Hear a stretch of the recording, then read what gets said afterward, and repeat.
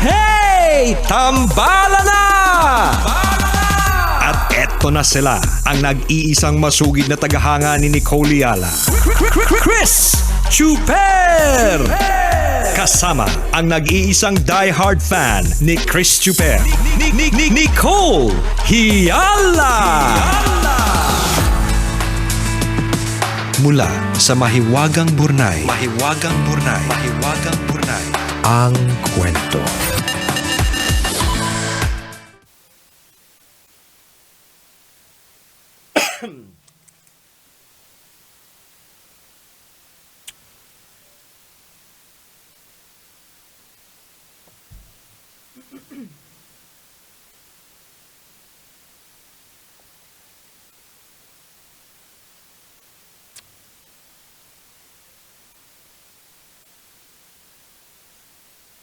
Dear Nicole and Chris, itago nyo na lang po ako sa pangalang Ada, isa sa mga long-time listeners ninyo dito sa Abu Dhabi. Salamat sa Spotify at YouTube. Wala nang rason para may mamiss akong episode ninyo. Hindi kasi kompleto ang araw ko kapag hindi ko napakinggan yung kulitan ninyo sa ere. Boring ang mundo ko kapag hindi ko naririnig ang nakakahawang tawa ni Nicole at yung napakalamig na boses ni Chuper. Walang kaduda-duda, sa ayaw nyo man o sa gusto, gaano man ako kalayo, parte kayo ng buhay ko. Solid tambalanista yata to. Paborito kong makinig ng mga sulat sa Mahiwagang Burnay, pero nag-isip ako na maraming beses kung susulat ba ako sa inyo at isasangguni ang problema ko. Nakakahiya kasi ng slight. Kaso wala naman akong mapagsabihan. Masyadong personal kaya sa inyo ko na lang ipagkakatiwala. Sa atin talaga, partner, tayo na daldalera. Tayo na Tumukhang mapagkakatiwalaan. Nakakaloka. Tunay nga namang katiwa-tiwala ang tandem ninyo kaya sa inyo ko na lang ibabahagi itong problema ko. Ganito po kasi, meron po akong ka-live-in dito sa Abu Dhabi. Masaya ang pagsasama namin kasi magkasundo kami sa halos lahat ng bagay. Para kaming pinagbiyak na bunga. Nagkakaintindihan, tinginan lang. Nagbibigayan, nagmamahalan ng tapat at wagas. Ang isa lang, ang hindi namin pinagkakasundoan, tambalan. Yun ay ang tamang paglilinis ng katawan mula ulo hanggang paa. Ito kasing ka-live-in ko, takot sa tubig. Hindi sanay maligo araw-araw. Sisipunin daw siya. Kapag naligo naman, ayaw mag-shampoo araw-araw kasi nakakalagas daw ng buhok. Hindi gumagamit ng conditioner kasi nakakabalakubak daw. Isang beses lang magsipilyo sa isang araw kasi ninipis daw yung mga ngipin niya. Ilang beses ko nang sinabihang mag-toothbrush siya pagkatas kumain para mabuhay naman yung mga makakausap niya pero wala pa din. Tambalan pa paano ko ba kukumbinsihin yung partner ko na maging malinis sa pangangatawan nang hindi kami nag-aaway? Paano ko po ba siya hihikayate na maging malinis ng hindi naman siya naiinsulto at hindi naman din ako napipikon? Kahit anong paliwanag po kasi ang gawin ko, hindi naman ako pinakikinggan. Baka naman, may mga tips kayo dyan. Hintayin ko po ang inyong payo. Ang inyong tambalanista, Ada.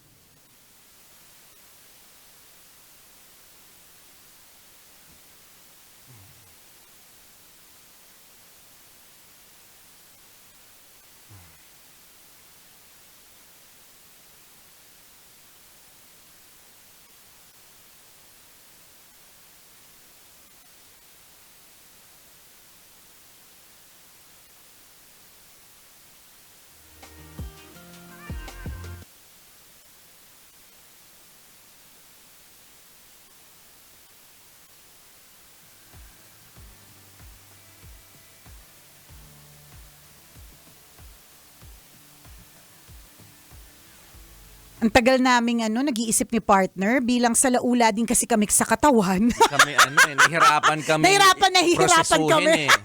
Nahirapan kaming ispelengi. Oo. Nahirapan kaming bigyan ka ng advice kasi parang kami ang nangangailangan ng advice. Charot. Ano ba itong ada yung jowa mo ba ibang lahi? 'Di ba kasi may mga ganon na kultura, hindi nakasanayan. Kaya nga 'di ba, sabi nila okay na okay kapag ka Pilipino at Pilipina kasi hindi tayo takot sa tubig. Sanay tayo pag naiinitan tayo kahit ilang beses tayo maligo sa isang araw, 'di ba? Yung mga ganon. So, ano ba ito parte ng kultura ng mga kasi medyo mahirap baliin 'yan kapag kami ganong kinalakihan niya na talaga. Oh, ibig sabihin Diba? nasa katawan niya na talaga. Oo, correct. Nasa katawan niya na talaga yun. Di ba parang lahat tayo may ugali. Di ba? Yung ugali na yan, na kunyari hindi masyado maganda, feeling ko parang nandyan lang siya. Pwede ka mag-adjust sa ibang tao or pwede kang bumait kahit papaano. Pero yung ugali mo kahit papaano, nandun pa rin siya. So, wala lang. Yun lang. Baka yun lang din kasi talaga siya kasi yun na yung kinalakihan talaga niya.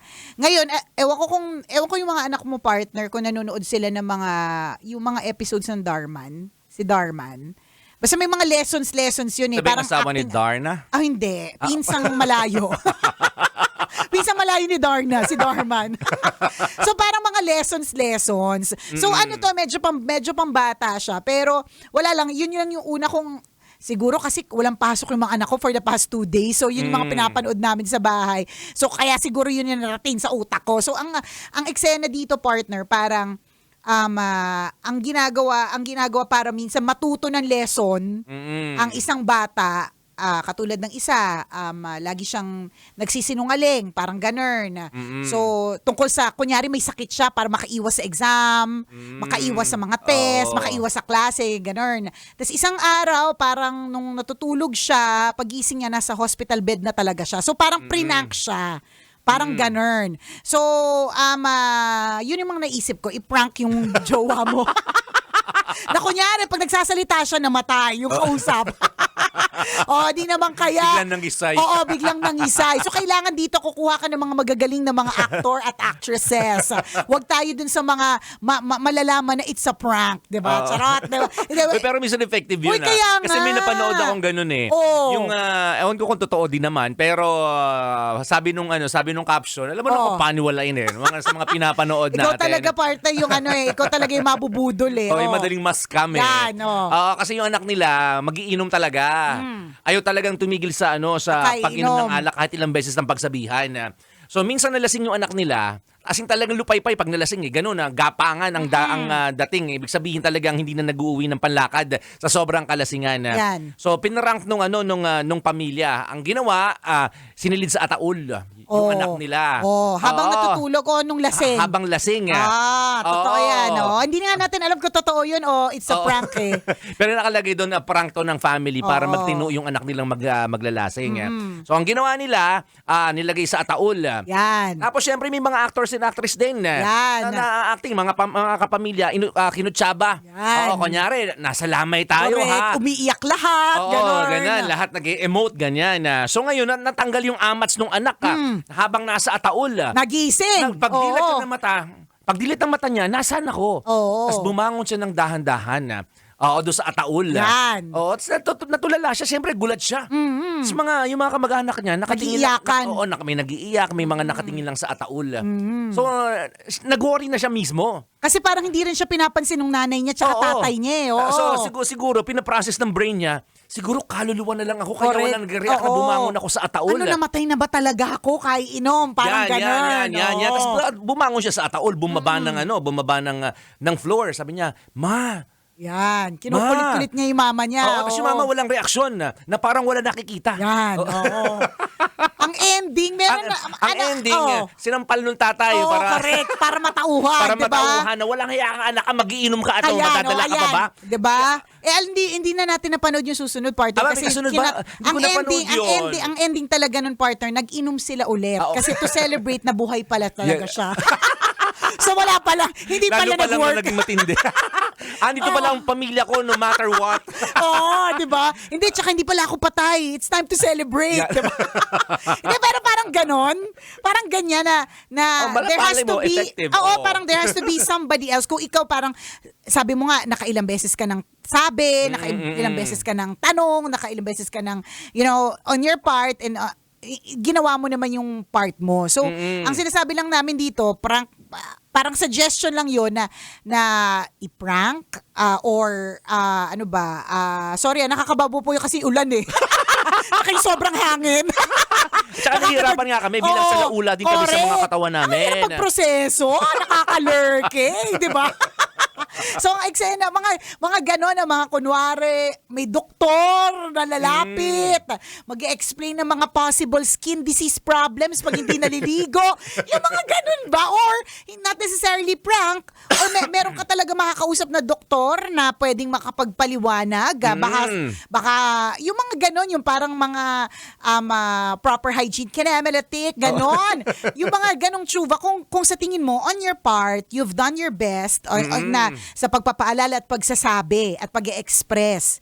Ganun. Totoo yun. O di Ako- naman kayang eksena mo dun, partner, parang kung ano man yung lambing niya, yung kuhit niya sa'yo, Oo. tatanggi ka kasi may amoy siya. Yes, Ganun. yun. Huwag mong pagbibigyan. Huwag mo pagbibigyan sa kung ano man, sa kiss, Wala sa bang pag sinabi niya, wala hugs. bang good night kiss? Oo, ganon. Good night mo mukha mo. Oo. Diba, amoy basura ka, ganon. Diba, pwede din namang ganon, na parang, yung sobrang yung extent ng kabahuan at kasalaulaan na ayaw mo na ikaw mismo na nagmamahal sa kanya, hindi mo na kinakaya. Ganun. Totoo. Kasi ganun tayo kapag kamahal natin, tinitiis natin kahit ang daming pagkukulang, Oo, kaya, kahit ang daming puging-pugi ka problema, nga correct, eh, diba? Bango-bango ka sa hininga niya Sa kahit true. sa totoo hindi naman talaga nagtutoothbrush kasi nga mahal mo. Oo. Bulag ka eh. Correct. Oo. Ngayon, pwede kang maging totoo. Diba? So yun, pwedeng option na A, maghahanap ka ng ibang tao na magsasabi talaga sa kanila. Mas maganda dito mga professional para hindi siya Yes. ma-offend. Or option B, ikaw na mismo talaga iparamdam mo talaga nakakadiri na po siya. Ganon. Oo, ganon na lang. Ako naniniwala ako may mga pagkakataon talaga darating yung point na marirealize niya lahat ng mga flaws niya, mistakes niya o kaya mga pagkakamali niya sa buhay. On his own. On his own. Oo. Or maaari sabi nga nila, basta may tao or may sitwasyon na magpapabago ng mindset niya. Hindi lang natin alam kung kailan, pero wag ka rin titigil na paalalahanan siya. 'Di ba? Ako naalala ko lang yung tatay ko. Dati mahirap din paalalahanan niya na tay, matanda ka na, tumatanda ka na, tigil mo na yung pag-iinom until nagkalagnat siya. Yan. So, nanginginig siyang gano'n. Part naman ng lagnat may chills na gano'n. So, nung dinala namin sa doktor, kinausap namin yung doktor, sabihin mo po, mangingisay talaga siya pag hindi siya tumigil sa pag-inom ng alak. Bilang yung tatay ko, paniwalain sa doktor, Ayan. syempre, hindi nakinig sa amin, hindi nakinig sa nanay ko, nakinig sa doktor. Ayan. Sabi nung doktor, alam mo tay, pag pinagpatuloy mo pa yung pag-iinom mo, malay mo, pag nasa gitna ka ng sakahan mo at wala nakakita sa'yo, nanginig kang ganyan, wala nakakaalam, inaatake ka na pala. Walang makakasolve. Which may likelihood naman talaga. Pero dahil doktor yung nagsabi, Yan. natakot yung tatay namin. Correct. Pinadagdagan pa namin na maraming instances na talaga nag-isip siya during consultation. Ay, oo nga, no. Posible talaga mangyari. Paano hindi ako makita ng Oo. asawa ko?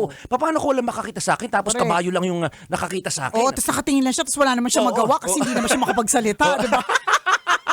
Paano kung kalabaw lang ng kasaksi ng lahat? Oo, ng tapos kami naman, pagbagsak? gatong Oo. lang kami ng gatong. Yan, Oo. kasi kita mo Diba? tayo, doktor na yung nagsabi sa'yo. Di Ayan. ba? Parang si Chuper. Mamalag Oo. din siya sa tatay niya. Kung kailan yung company doctor namin ang nagsabi sa kanya na kailangan niya na ganun. magpa-executive check-up. Saka lang po siya nagpa-executive check-up. Naisip ko na yun kanina pero iniwas ko nga dun eh. So ano nga sabi, partner? May results na ba? Kasi yung executive check-up, madali lang yun eh. Pero ang pinaka-crucial dito, ano ang resulta? Ano nagpabago sa mindset ko para alagaan ang katawan ko? Oo, hindi, una. Ang gusto ko malaman, partner, yung atay mo kumusta? Di ba? Kaya inom. Kumusta ang atay mo? Wala pa. Kumusta ang atay natin dyan? Prolonged ang waiting game. Wala pang result. Wala pang result sa atay. After 1 week daw. Yung abdominal. So, nag-abdominal ultrasound ka. Ganun. Wala. Okay. Pero para sa amin naman niya, don't worry, I see nothing Unusual. suspicious. Okay. Pero hindi pa rin tayo sure. Kasi medyo diba? mahaba-haba yung Proseso. pagbabasa. May mga Oo. ganon. Ano pang mga nakita? May mga... Paano sa'yo, mataas ang sugar? Hindi naman talaga yun yung concern ko, pero bakit yun lumabas sa akin? Diba? Alam niyo po, yung sugar na yan, sa akin wala kasi mararamdaman eh. Pero tsaka hindi yun, partner eh. Parang between the two of us, it's so obvious na Ikaw pwedeng yung mataas may yung sweet sugar tooth, ko. ah. Correct. Kasi bakit? Kanina kalalabas lang namin. Sabi ko, partner, mamaya na tayo mag-record. Oo. May pagkain sa labas. Oo. Alam mo kung tinira ko? Oo. Cake, Coke, and ice cream. At gutom pa ako ngayon, 'di ba? So kung mataas yung sugar ko, parang hindi siya nakaka-surprise. Oo. Ikaw, partner, na ang tsokolate tinatanggihan mo, Oo, mataas hindi rin ang ako ma-soft sugar. drinks. O, hindi rin nagsusoft drinks, panay ang ano niyan, panay ang tubig niyan. Oo. Kaya ako, partner, sinasabi, okay lang ako, tirahin ko lang lahat talaga ng mga matatamis. Kasi yun nga ano eh. At least masaya ako. Charot! Hindi, huwag niyo akong tularan. So, mataas daw ang sugar. Oo, O, ano daw mataas ang- ano daw ang iinumin? Hindi, inamin ko, matakaw ako sa rice. Because of Ayun, the rice. Yun din yun. Sugar Correct. din kasi siya. Actually, lahat po ng carbs ay nako-convert into sugar. So Yan. sabi ko, Doc, actually, hindi po talaga yun yung concern ko. Oo. Ganun naman. Gastro po talaga ako eh, sabi ko. Ay, anong gastro mo? Anong issue naman ng ano mo? Ng mga... Wala pa rin. Wala pa rin. Waiting game. pa rin. Grabe, ganyan talaga kapag ka maitim ang budhi, partner. Inaaral Matagal, mabuti, oo, mahirap correct. maunawaan ng mga bagay-bagay. Masyadong madilim.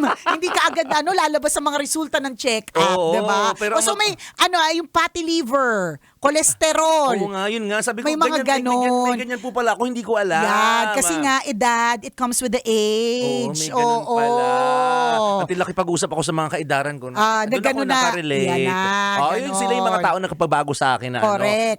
konti na lang yung rice. ganyan. Huwag ka masyado mag-sugar. Tama. And do some exercise. So yun yung sinasabi natin kay Ada. Yes. Ada may ganyan. So kung parang on your own, you can't do anything. Parang ginawa mo, in-exert mo na lahat ng effort sa sarili mo, nakakayanan, ibig sabihin, may ibang tao na dapat na magsabi. Or sitwasyon. Or sitwasyon na pwede magpaalala, 'di ba? Yes. 'Di ba na kailangan niyang baguhin yung kanyang sarili. Mababago Totoo 'yan. yun. May mga pagkakataon na mapapahiya yan. Oo. At realize siya sa sarili niya na kailangan niya magbago. Kaya naman pala. Yes. Kailangan pa bang i-memorize yan? Basic. Salamat sa iyo, Ada, for sharing your story with us. Kailangan pa bang i-memorize yan? Love Radio. Basic!